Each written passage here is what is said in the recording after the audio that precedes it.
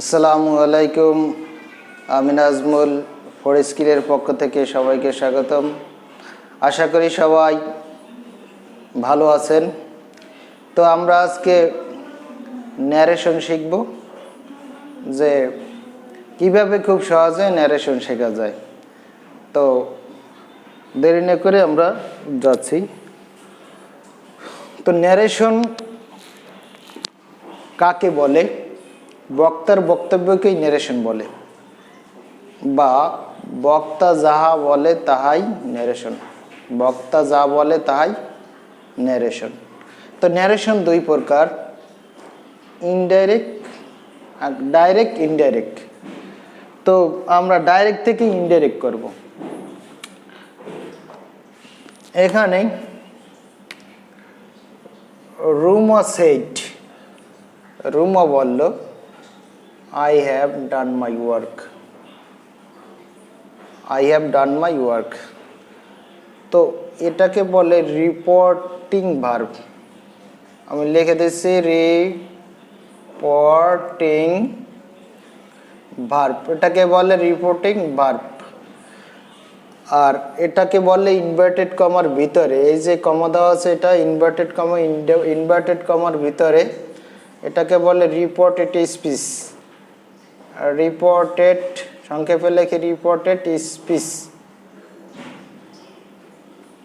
Reported speech এটাকে বলা হয় রিপোর্টেড স্পিচ, আর এটাকে বলা হয় রিপোর্টিং ভার্ব। কিভাবে মনে রাখবো? যদি ইনভার্টেড কমার ভিতরে থাকে তাহলে এটাকে বলা হয় রিপোর্টেড স্পিচ, আর ইনভার্টেড কমার বাইরে তখন রিপোর্টিং ভার্ব। তো রুমা এখানে বক্তা, সে বক্তব্য দিয়েছে যে I have done my work, আমি আমার কাজটা করেছি। তো এখানে একটা জিনিস মনে রাখতে হবে, যদি টেন্স জানা থাকে তাহলে ভালো, আর টেন্স জানা না থাকলে বা মনে না থাকলে সেটাও করা যাবে। তো আমি এক বাক্যে বলে দিচ্ছি যে খুব সহজ, প্রেজেন্ট ইনডিফিনিট থাকলে past indefinite, present continuous past continuous, present perfect past perfect, present perfect continuous past perfect continuous, past indefinite past perfect, past continuous past perfect continuous, এরপরে ফিউচার হলে ফিউচার ইন পাস্ট। সো এটা খুব সহজ মনে রাখার পদ্ধতি। Present হলে সেটা পাস্টে যাবে। সো এখানে আমি তাহলে এটা করে ফেলি। একটা জিনিস যে রুমা সেড, ইনভার্টেড কমার পরিবর্তে আমরা যদি অ্যাসার্টিভ সেন্টেন্স, এখানে আমি লিখে দিয়েছি যে আমরা অ্যাসার্টিভ সেন্টেন্স করতেছি। তো অ্যাসার্টিভ সেন্টেন্স যদি হয় তাহলে রুমা সেড, এখানে দ্যাট বসবে কেন? ইনভার্টেড কমা উঠিয়ে দিয়ে আমি দ্যাট বসাবো, ইনভার্টেড কমা উঠিয়ে দিয়ে দ্যাট বসাবো। রুমা সেড দ্যাট, এখানে যদি সেড টু থাকতো তাহলে আমি টোল্ড ইউজ করতাম। সেড টু থাকলে টোল্ড ইউজ করব, আর যদি সে টু থাকে তাহলে টেল ইউজ করব। তো এখানে আছে সেট, এই জন্য সেটই বসিয়েছি। আর যদি সেট টু থাকতো তাহলে আমি কি করতাম? টোল্ড বসিয়ে দিতাম।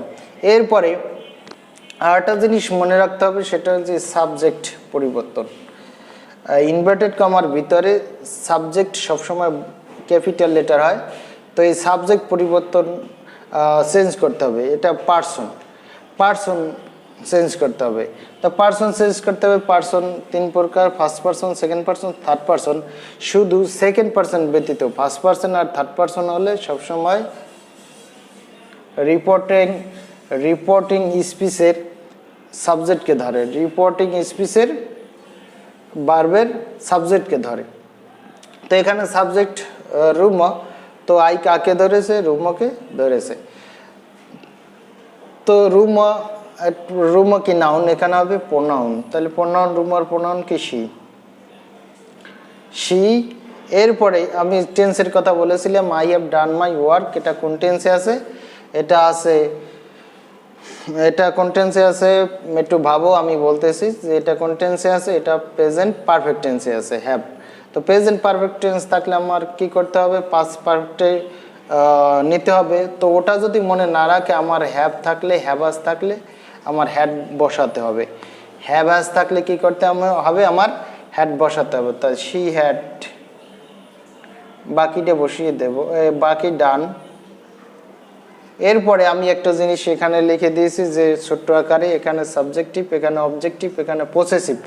যদি আমি দেখি এখানে মাই, তাই এখানে আমার কি থার্ড পারসন আছে, এখানে সাবজেক্ট কি থার্ড পারসন শি আছে, তাই শি এর পসেসিভ ফর্ম আমার এখান থেকে নিতে হবে। যেমন এখানে শি, এখানে পসেসিভ ফর্ম হার, এখানে তাহলে কি করতে হবে, হার নিতে হবে, হার, she her work.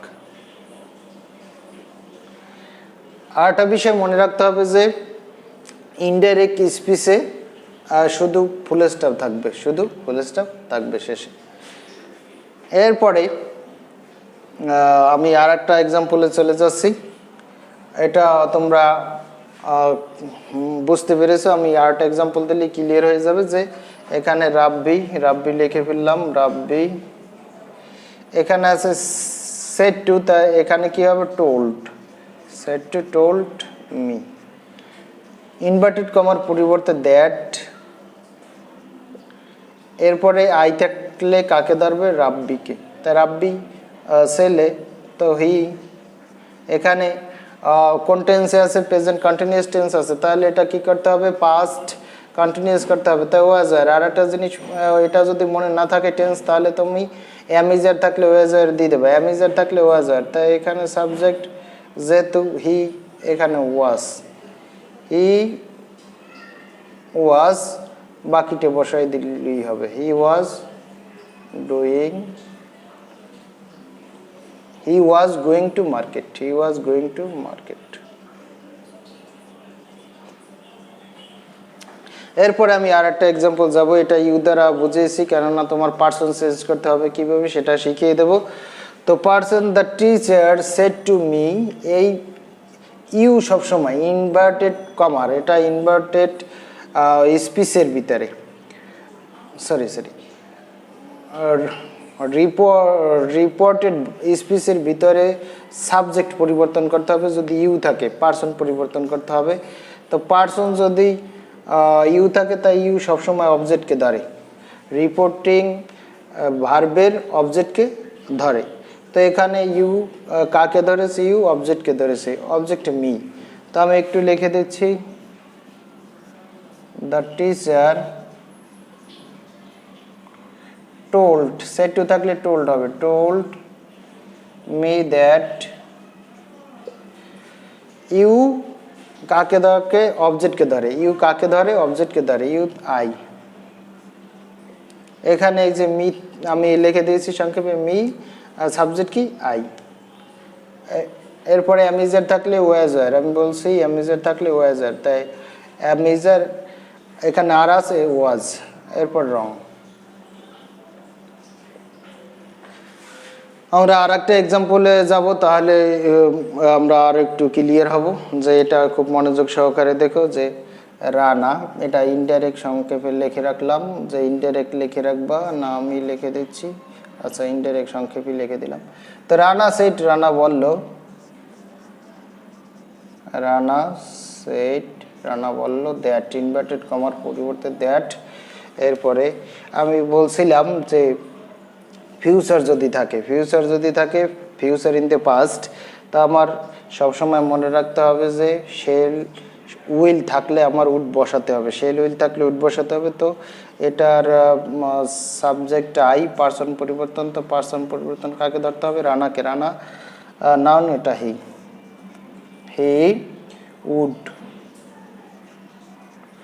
Would do.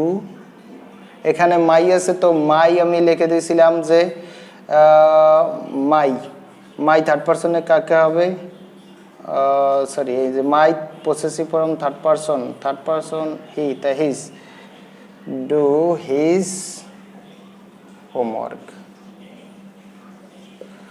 So এরকম যদি তোমরা প্র্যাকটিস করো তাহলে তোমরা ইজিলি পারবা। আর যদি কোনো এরকম সমস্যা থাকে তো আমাকে কমেন্টস করে জানাবা, আর অবশ্যই ভিডিওটি লাইক কমেন্টস করবা আর সাবস্ক্রাইব করবা। Thank you so much everybody.